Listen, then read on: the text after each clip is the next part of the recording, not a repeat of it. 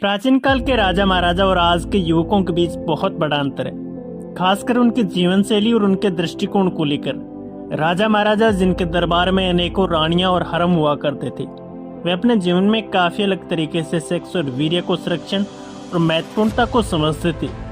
वहीं आज के युवक जिनकी अधिकांश सोच और आत्म वासना और आत्म प्रसन्नता की ओर झुकी हुई है। वीर्य की बर्बादी करने में काफी लोग लापरवाह होते हैं। इन दोनों के बीच तालमेल की खोज करना एक मेरा दिलचस्प विषय बन गया था।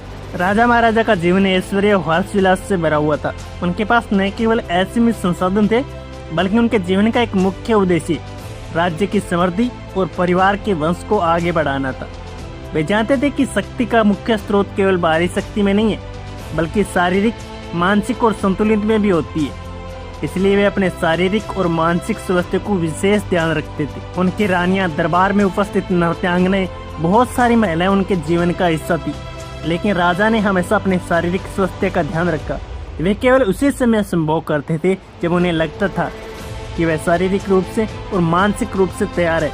उनका विश्वास था कि वीर्य की पवित्रता से और संरक्षण से ही वंश आगे बढ़ सकता है। राजा खासकर भारतीय संस्कृति में आचार्य और संतों से मार्गदर्शन लेते थे कि कैसे अपने शरीर के बल और ऊर्जा को और वीर्य को कैसे संभाला जा सकता है। वे जानते थे कि वीर्य सिर्फ शारीरिक ऊर्जा नहीं है, बल्कि मानसिक और आध्यात्मिक शक्ति का प्रतीक है। यही कारण था कि राजा कभी अपनी शक्ति को बर्बाद करने की गलती नहीं करते थे।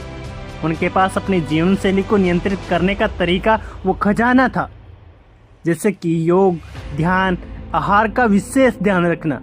उनका जीवन एक अनुशासन रूपी था, जो वीर्य को सुरक्षित करने के साथ साथ विकास और समृद्धि को भी सुनिश्चित करता था। आज के समय में स्थिति पूरी तरह से बदल चुकी है। आधुनिक समाज में युवक अपनी शारीरिक इच्छाओं और वासनाओं को नियंत्रित करने में सक्षम नहीं है। इंटरनेट की मदद से जो जानकारी प्राप्त होती है, वो कभी कभी गलत रास्ते पर भी ले जाती है। आजकल के युवक जो अक्सर अकेले होते हैं या फिर शारीरिक संबंधों के प्रति बहुत ही जिज्ञासु होते हैं, वे अपनी मानसिक और शारीरिक ऊर्जा को सही तरीके से नहीं समझ पाते हैं। यह स्थिति उन्हें वीर्य को बर्बाद करने की ओर ले जाती है। आजकल के युवक ज्यादातर सोशल मीडिया पर एक्टिव रहते हैं, जिनके कारण उनके सामने गंदी वीडियोज आना, गंदे पिक्चर्स आना, उनसे मन का स्वास्थ्य बिगड़ जाता है और वो बार बार हस्तमैथुन करने की ओर भागते हैं, जिससे उनके शरीर में थकावट, आलस्य, अवसाद जैसे कई प्रकार की बीमारियां आती है। राजा महाराजा और आज के युवकों की जीवन शैली में बहुत बड़ा अंतर है, लेकिन अगर हम इसे समझें और समझने की कोशिश करें तो हम देख सकते हैं कि दोनों के बीच में गहरा तालमेल है।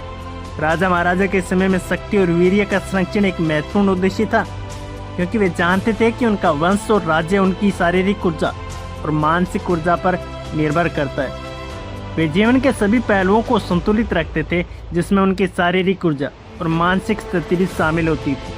आज के युवक जीवन में जब शारीरिक ऊर्जा का दुरुपयोग करते हैं तो उनका नकारात्मक प्रभाव उनके दिमाग और शरीर पर पड़ता है।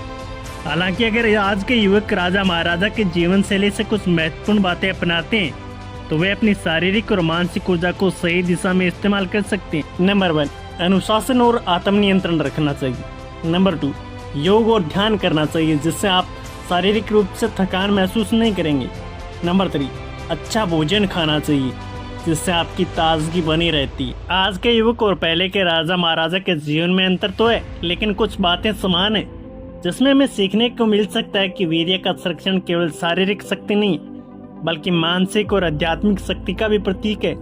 यदि आज के युवक अपनी शारीरिक ऊर्जा को सही दिशा में प्रयोग करते हैं, तो अपने जीवन को संतुलित और सशक्त बना सकते हैं। राजा महाराजा के जीवन शैली से ये सीखने को मिलता है कि आत्मनियंत्रण, योग, ध्यान और संतुलित भोजन खाना वो सशक्त बनाने का एक आवश्यक तरीका है। तो ये स्टोरी आपको कैसी लगी, लाइक करना, कमेंट करना और चैनल को सब्सक्राइब कर लेना। मिलते हैं ऐसी ही दूसरी स्टोरी के अंदर, तब तक के लिए धन्यवाद।